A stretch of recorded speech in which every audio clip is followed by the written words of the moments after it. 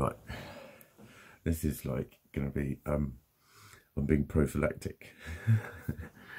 Like, I'm going to the same room to get breakfast in the same place with the same people, but I'm keeping more of an eye on myself today. I'm just going to think, like, I know it might have seemed like totally and utterly fuck all, but it really fucking wasn't. It really fucking wasn't. It's like, that sort of shit happens a lot just from being out and walking down the street and being in a cafe and eating some food and shit like that. And I fucking, you know, to the point where I'm having trouble fucking eating. And like serious trouble eating and weird fucking, literally, you know, I know we all lose our appetite, but it was the degree to which I was losing it and regaining it and the suddenty of how this was manifesting. And it's like, it's confusing. This is what I say, the world does confuse me, how I can get that fucking head up over fuck all. Literally nothing fucking happened. Some people say good morning to me, is what fucking happened. Do you know what I mean? Well, a little bit more than good morning, I suppose, but it was sort of barely much of a conversation due to the fact that I was trying to not make it one. In the friendliest, like the smiliest fuck off. Like, fuck off, I don't want to talk to you. Fuck you very much, bye-bye. Have you ever got away with saying that, fuck you very much, on the phone? I have loads. Okay, fuck you very much, bye-bye. Oh god, I'm hilarious. But yeah, no, I am keeping an eye on myself. I'm like, I was just about to go and have a protein shake, and I suddenly thought, hang on a minute, this is what I planned yesterday, and then because it took a little bit longer to get going, I decided to have breakfast and then wait and then train and do it the other way round. So consequently, I wasn't as fucking hungry. But it wasn't just the appetite, it was the fact that everything was just going weird again. Basically, that's what it was. Like I said, in the unexplained symptoms, it's like sometimes that shit happens and sometimes that shit happens and I've got a hook to hang it on. And then there I was fucking hanging it on a hook again. So it's like, it needs to be more of an exploratory approach. I need to look at when this shit happens and what was happening just before and just after and how I had slept and whether I had eaten or not and all kinds of shit like that. So it's, my healing journey is going to be kind of, I'm going to try experiments in this. Well, this isn't an experiment, but it is just being more hyper vigilant, hyper aware and going, okay, rather than just, you know, I'm the one always saying this looks like mood and choice and decision and everything, but it's not. It's biological, it's organic, it's happening, you know, in my body, with my brain as an organism, not as the generator of my mind or whatever. So then I need to, like, keep that approach myself and go, well, right, well, how can I work with that biological organism?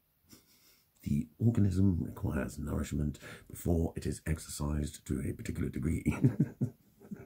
Oh my god, he is going to be a fucking character who's going to commentate on the things that I do. I know this, I've just met him. Perhaps you can think of a name for him. Let's have a phone-in poll. 0800 number, make some money. The organism. I am an organism. I'm a fucking screaming organism, baby. So I need to nourish my organism. I need to tend to my organism. And I need to be watchful of what's going on with my organism. So I'm going to see how I feel today, and I'm going to be more, I don't know. I need to look for triggers. I need to establish what was a trigger yesterday. What set me off? So there's nothing particular in my head. There was no moodical stuff going on. There was no sort of, because I have worried about a great many things, because I've got a great many things to worry about. I've got a lot of external factors which aren't in a settled condition in a lot of ways. And I'm mentally, spiritually not very able to cope with complex situations.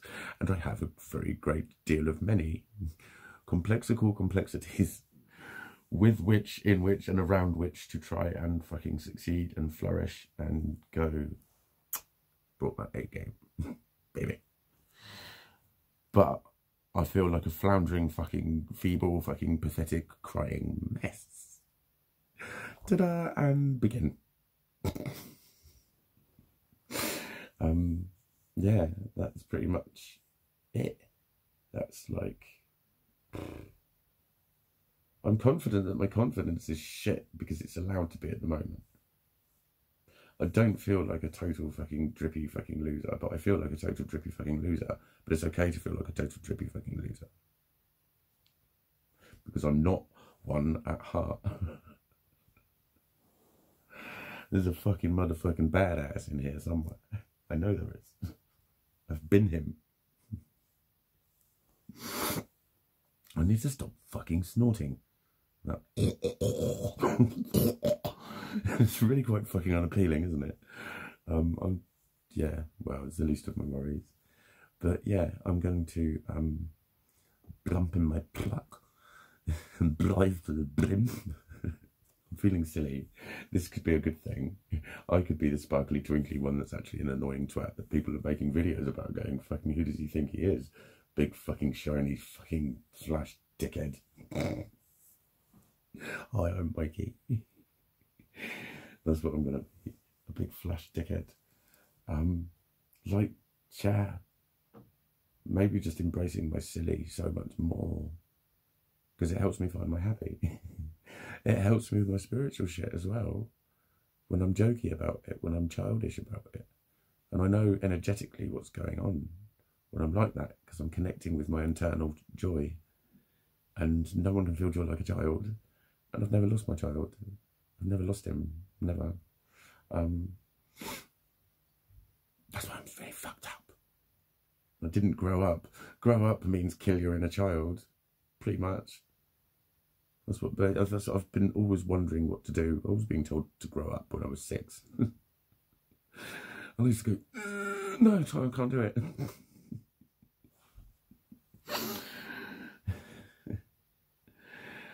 But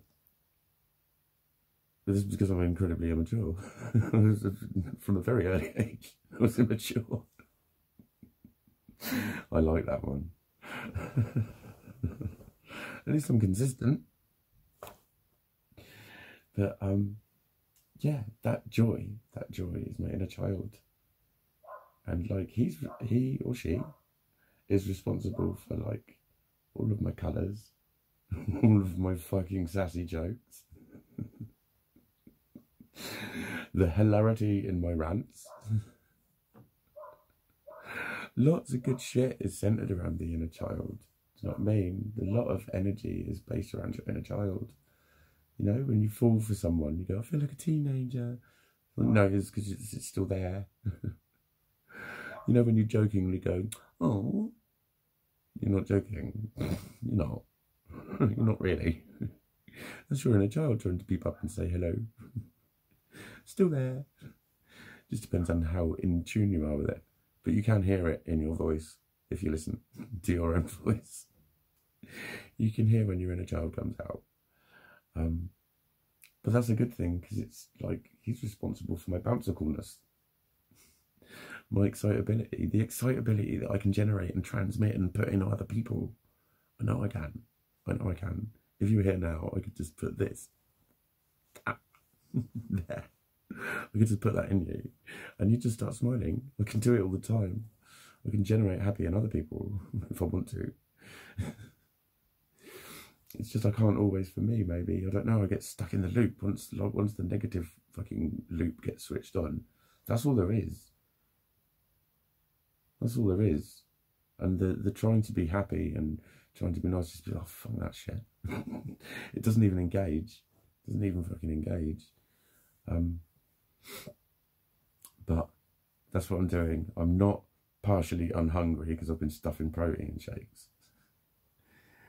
just going to go and eat a meal and then let it settle down for a good half an hour, sit down, and then train properly with a decent meal inside me and do it the very correct buclical way. Well, probably longer than half an hour with the amount I'm going to eat. But I haven't taken the edge off my appetite. I'm going to keep an eye on my mood. I'm going to keep an eye on how I start judging people. And I'm going to see how I get along.